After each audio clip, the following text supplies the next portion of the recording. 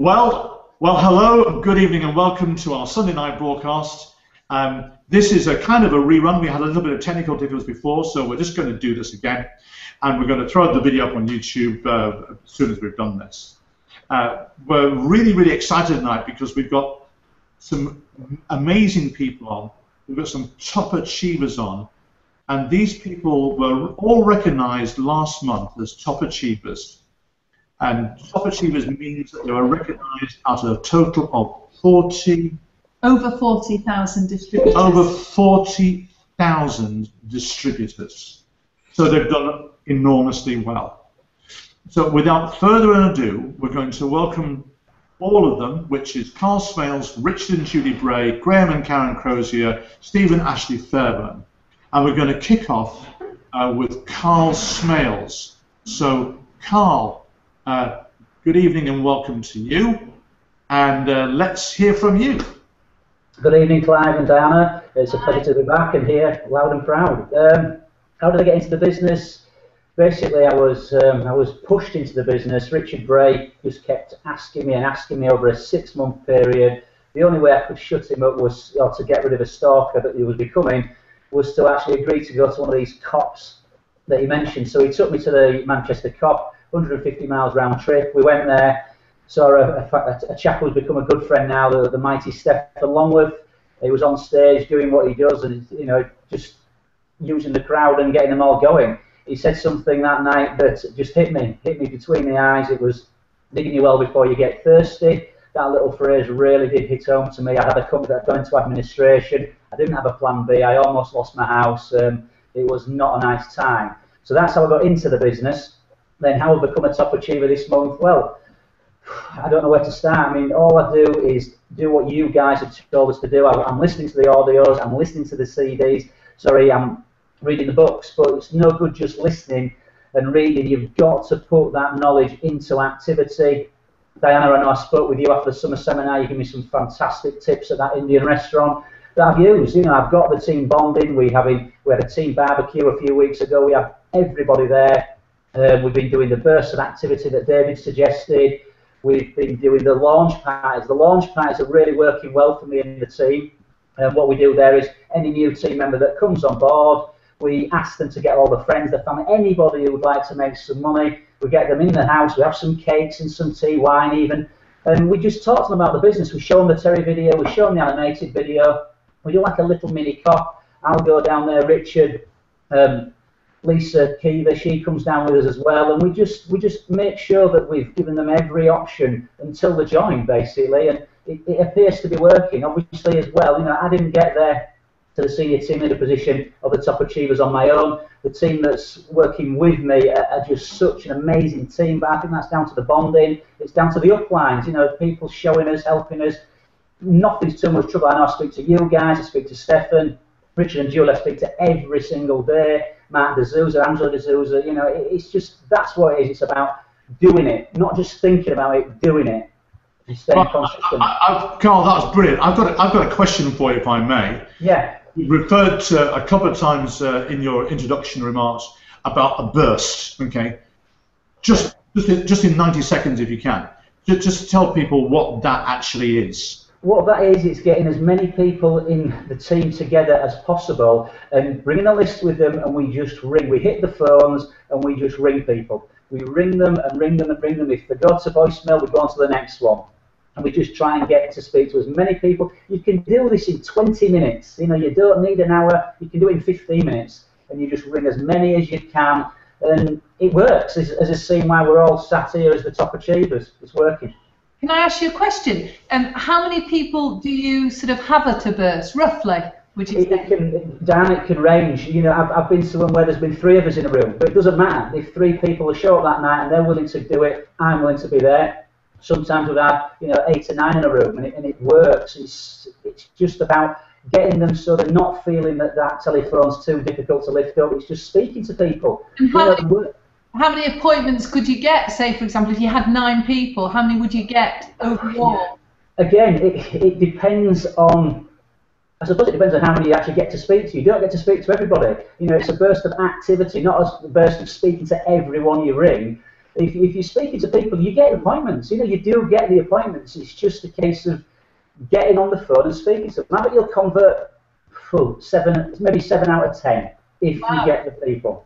Okay, thank you. Thank you, Carl. Let's move along now to Julie and Richard. Which of you guys are going to go first? I'll go first. Ladies first, I suppose. Okay. As you know, I'm Julie. And this is Richard. Hiya. Leaving. Yeah, so basically, you know, the reason that we joined UW, basically we've been looking for something for quite a long time before we even knew what a utility warehouse was. And the reason that we've been looking is for a number of reasons. Over the last few years, we've had a couple of redundancies. I also had a nasty car crash, which meant I couldn't function as a normal human being for about a year. And also having our own business, on the trials and tribulations with that. And so we understood that when you're employed, you're in a very vulnerable position, and you can just have that rug pulled from under your feet at any moment. At the same time, which was made redundant one of the times, is when I had my car crash as well. So you just don't know when things are just going to suddenly get up from underneath you. And also when you've got a business, you don't own the business owns you. And we did have a couple of houses that we rented out, which we did get some residual income from. And we realised, you know, we need a residual income. But the money that we was getting from them, you know, wasn't enough. We'd also read Rich Dad, Poor Dad as well. And we thought, right, we need something.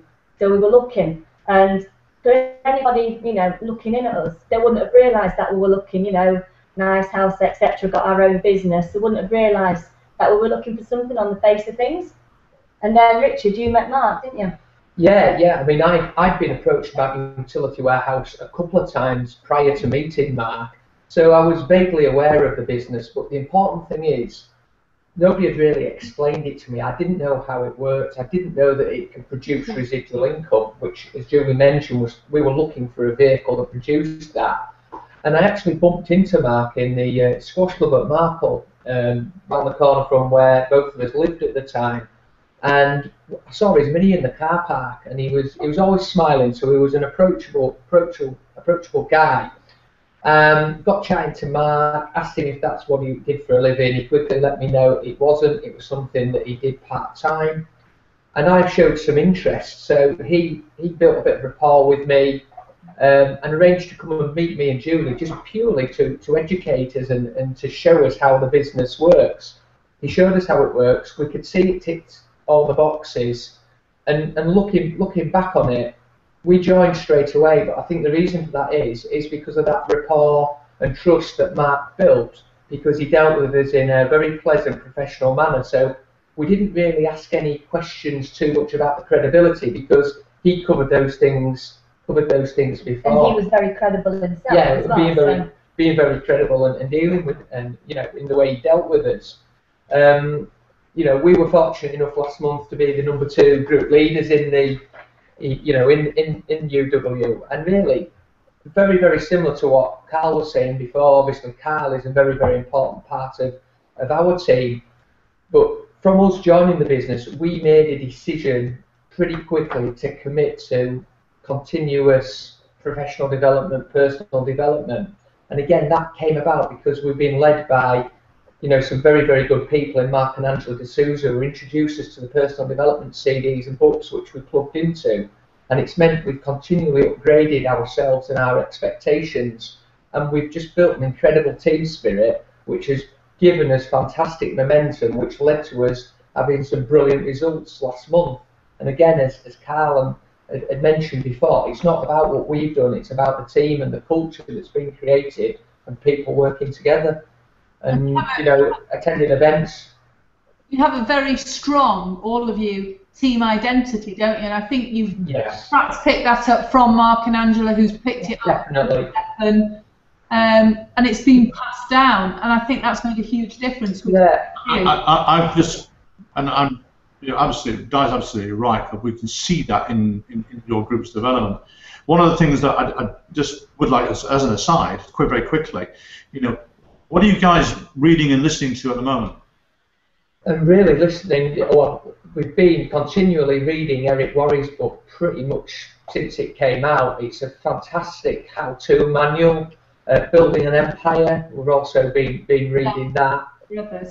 Yeah, we've been reading those 2 books, and they're both absolutely brilliant. You don't just read it, do you? You go back and refer to it, and back and refer. Well, it's more like a manual that we actually make notes in the book itself, highlight salient points, and we're utilising those, and we're utilising the scripts that we've got from GoPro for, you know, and using that as our method of operation. And one of the things I love about you guys is it's very easy. If I ask you to promote something, I don't even have to think about it. I know that you've got this strong bond, it's promoted properly, and it just goes right throughout your team. It's amazing. And many congratulations for what you've achieved last month. Absolutely. Absolutely. Okay, so let's move on now. Let's hear from Mad Graham Crozier. And it's only a rumour, I'm not really mad. So, over to you guys. Yeah, well, my background's as a joiner from Chesterfield. We got involved with the business via a Window Mini. Very half-heartedly decided to give it a go, and we had the good fortune, or I had the good fortune, of having meeting one and meeting John Thorne, who's no longer with us, God bless him, but he's our upline senior group leader. And John just said a few words to me that absolutely turned me and my family's round, because I was not in the best place 3.5 years ago.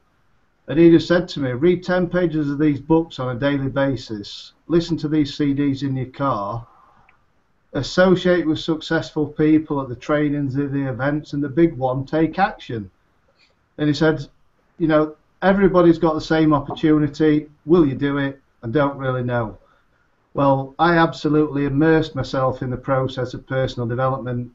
John gave me a book, Dare to Dream and Work to Win, and a set of CDs, A Slight Edge. I got 90 pages into Dare to Dream and Work to Win, and my mind absolutely popped. I've never been the same person since. I'd always thought that successful people are either highly intelligent, lucky, they were born that way, they'd found some magic secret.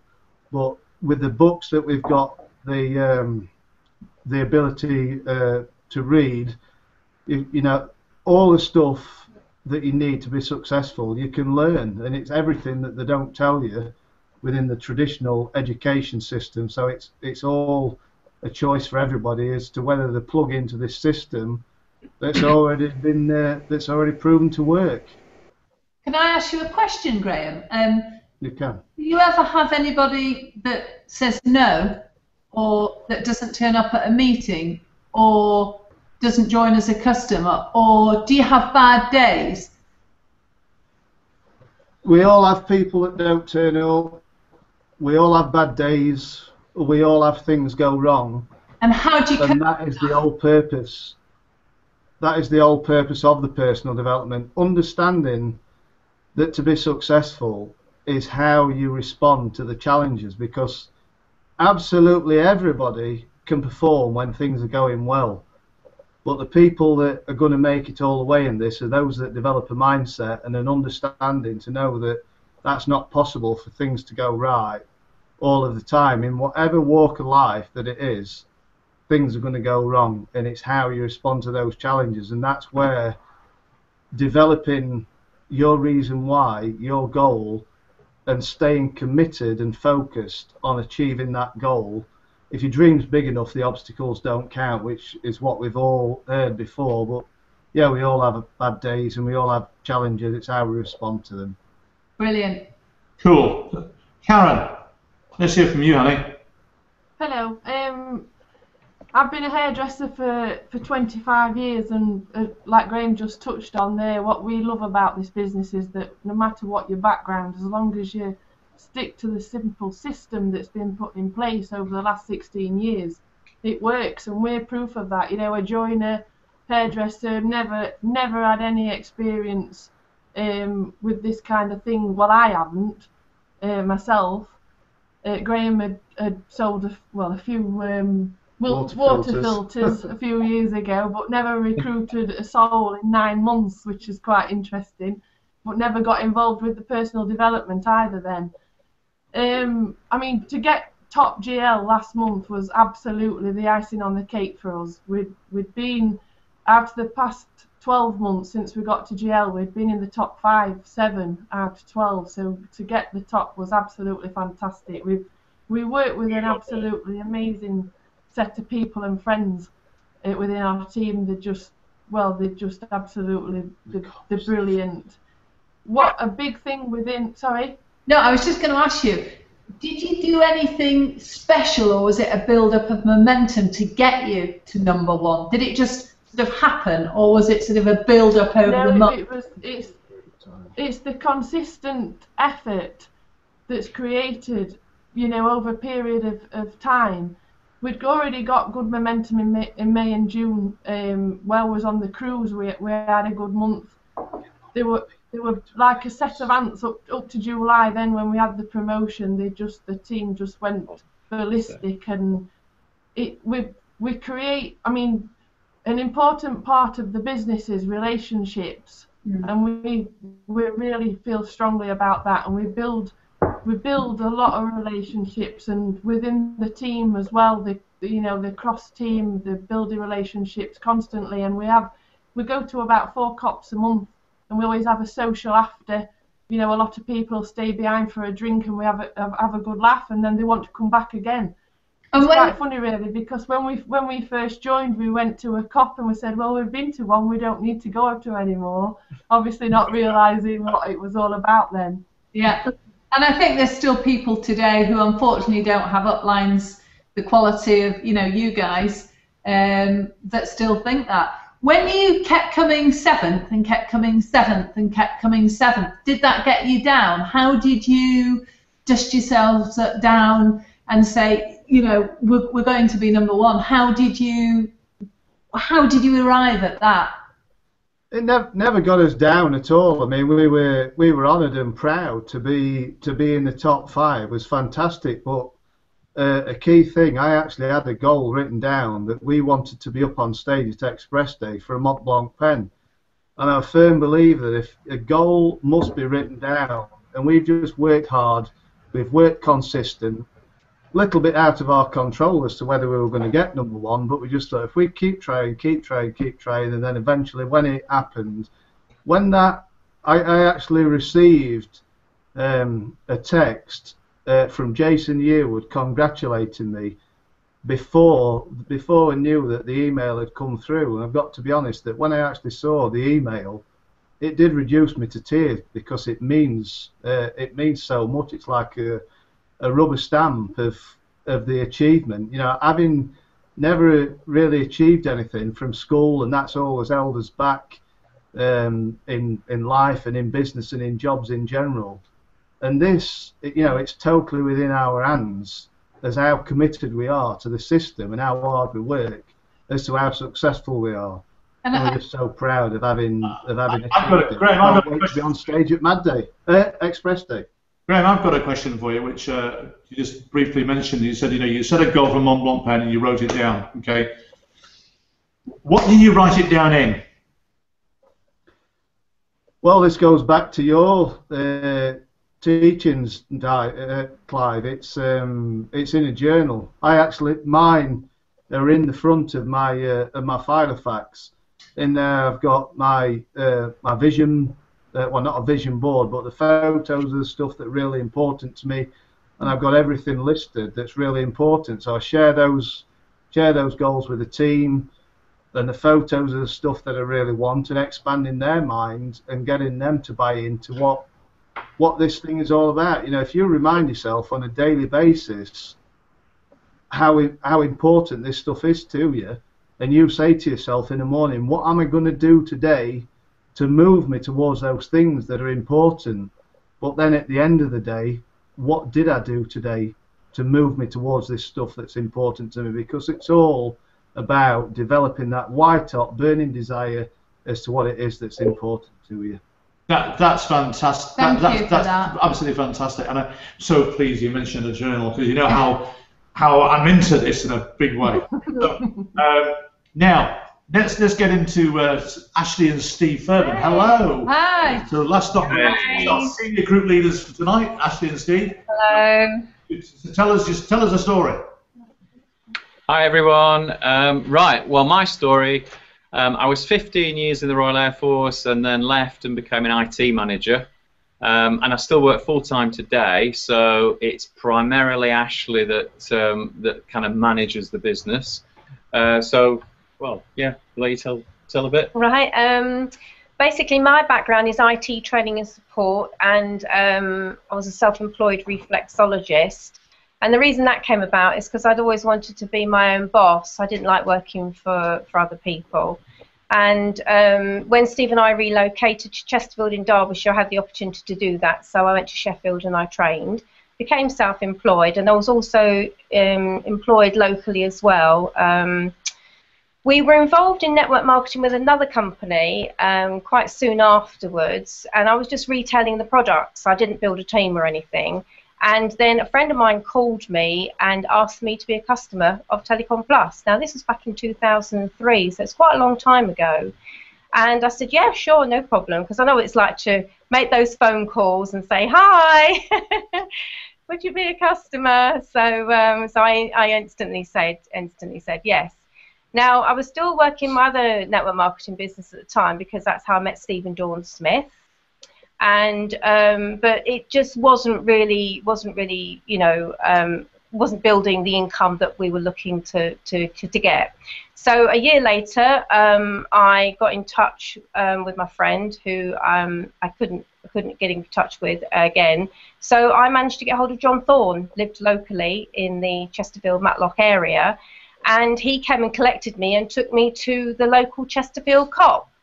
And that's where I met Neil Blythe, who did the presentation. Wow. And he stood at the front of the room and said, do the work once and get paid forever. And that was my light bulb moment, seriously. I thought, well, how does that work? And I wanted to know how that worked. So I went, you know, and spoke to him and John Thorne afterwards at quite some length. And the rest to say is just history. Brilliant story. So right, the question that I've got for you guys is pretty similar to the sort of questions that we've asked our other panelists this evening. Is, you know, you've been recognised as one of the top senior group leaders for last month's production. Okay. Yeah. It's obviously about momentum in your business. You're obviously driving your business. What do you drive into business? Do you have a culture? What do you sort of get your people to get involved with? Well, we're really lucky because Steve and Dawn Smith joined our business 6 months after we joined, so we got some really huge momentum going. And then, of course, Graham and Karen Cozier joined 3.5 years ago, and working with them actually reignited me again. It's actually, to work with someone so passionate who wants to build a business was absolutely brilliant. So we worked quite closely with them in the early days. They said, oh, we want to start team meetings. So we said, okay, then come to our house, and we used to have team meetings. And then he wanted to go on his own. I said, great, because what you want to do is you want to build leaders. You want to help build leaders and help them on their way. And you talk to lots of other people and get inspired by their stories too. And then we do team meetings every month. We started a Facebook group. I used to do a monthly newsletter. Lots of recognition, lots of talking to the team regularly and helping and supporting them, and doing lots of one-to-ones. I'm very keen on doing one-to-ones with my team and helping those leaders. So my team leaders now ring me, which is great, instead of you having to keep ringing them all the time. And they say, right, Ashley, this is what I'm doing this week. This is what I'm working on. These are the people I've signed up. Can you help me with these things? And it's just helping to build them into leaders as well, because what we're essentially trying to do is become non-essential to our income, isn't it? Yeah. And I still get help and inspirement, you know, from obviously Neil Blythe has been a huge support to us, Stephen Longworth, Jane Turner, you guys. You know, it's about us inspiring our downline, but also you guys inspiring us as well. And we got senior group leader last year, but it's just because we're senior group leaders doesn't mean to say we're going to stop. we're still building and building and building. I think one thing I'd like to pick up on that you just said there, which I thought was fantastic, so many people when they get to group leader, I would say, go into this management mode. Yes. And I was talking recently with Brian Carruthers, who's he's written a brilliant book just recently, Building an Empire. He earns millions of dollars a year, and he divides his time, 25% of his time is still finding new people, fresh people, like you did, that inspired you when you found Graham and Karen. 25%. I didn't find personally, somebody in my team did, a lady called Kath Walkley, who I'll be very grateful for. But yes, it's about finding new people all the time. People, and again, I think that's another interesting point, that it wasn't somebody you found, it was somebody that they found that you jumped in and helped. And people often, they'll recruit 4 or 5 people, and what they don't understand, that they potentially have got 1,000 new people there that they could speak to, and they don't see that. And I think that's so important, and you've illustrated that by what you've done. And I think listening to Brian, he as I say, he gets 25% of his time is spent still getting new people, 25% in helping his team recruit new people, which you guys do, and 25% in the management mode, and 25% is spent on training. And I think it's so important, because you guys, I see you really working in the business, not just managing your business. And that's what I wanted to say about these guys, because I really admire them. Well, I think all the people on our panel tonight have evidence that they're working absolutely in their business. In their business. And I think I'd just like to pick up something that Ashley said, that we're working so we become non-essential to our income. Mm-hmm. Now, let me share something with you. Dan and I are non-essential to our income. Exactly. Get rid of us, so tough. and there is a couple of reasons why we're still here rather than doing very little, if nothing at all. And that is, and this is going to sound maybe a little crazy, but as your business develops and you become non-essential to your income, I think your personal goals change. And like Dan, we've both been fortunate to be able to communicate fairly recently in the last few months with some amazing achievers within the industry who are making huge money, totally residual, totally non-essential to their income. And they've all changed, just as we have changed. And now it's all about, well, the Yanks call it giving back. I wouldn't say it's as far as that, but it's being able to share stuff with people and then see those people develop and grow. That's, for us, is the huge kick. To see you guys succeed, you get proud when you're on the stage. How do you think we feel? Yeah. And that's a culture that we've always tried to drive into the whole of our distributorship, and I would hope at least 75% of people like yourselves follow that through. Okay, cool. Well, ladies and gentlemen, I think we've covered a tremendous amount of ground tonight, it's been fun. The panelists have been phenomenal. As I think I mentioned right at the beginning of this is the second go tonight. We're going to put this video up on YouTube very shortly. We did have some technical problems earlier on tonight, which was challenging. So anyway, they seem to have been resolved, but I'm still baffled as to how it came about. Well, let me ask you a question. Was it as challenging as the ice bucket challenge that you've just done? That was colder. I don't know if you've seen it. If you've not seen it, it's hilarious. On Facebook. Apparently it's quite funny. I didn't think it was, but everybody else did. I did. So listen, next week we're not doing a broadcast. The reason why Dan and I are not doing a broadcast is we're travelling, so it's logistically going to be a bit difficult for us to do. So our next broadcast is going to be on September the 7th. That's Sunday, September the 7th. It's going to be at 7:30 as usual. And we've got a couple of senior group leaders that we're going to be talking to that night, who are really interesting people, because they're both now full-time in the business, insofar as that this business is their sole source of income, and they're both enjoying excellent incomes. And it's their journey about how they got there, because they both started on a part-time basis. They both started, working full-time on the job, part-time on the fortune. And then they've got the choice then of being able to take this stage further and go full time. And there, of course, Rob Bowden and Derek Thomas, both of them extremely accomplished distributors. They're definitely going to be worth listening to. We'll certainly have the live questions and app opening at that time for questions during that broadcast. I'm pretty sure we won't have the technical difficulties again that we experienced here earlier. So we'll see you all then. Can I just say something? For you guys that would like to ask some questions, if you do it through the Leach Ross site to the individuals that were on tonight, I'm sure they'd be more than happy, wouldn't you guys, to answer any questions? No problem. Do put the questions out there, and so that will be on Facebook. It's going to be called. Let's put it in here. See if I've got it in here. This is it, I think. Yeah, that's the thing you want there. Facebook.com/Leach Ross. So I hope you've enjoyed this broadcast today, and we'll see you again on September the 7th. And it's goodbye from us, and it's goodbye from our panelists. So thank you, panelists. Panelists, please say goodbye. Bye. Bye-bye. Bye. Bye. Okay. Okay. So we're going to end that.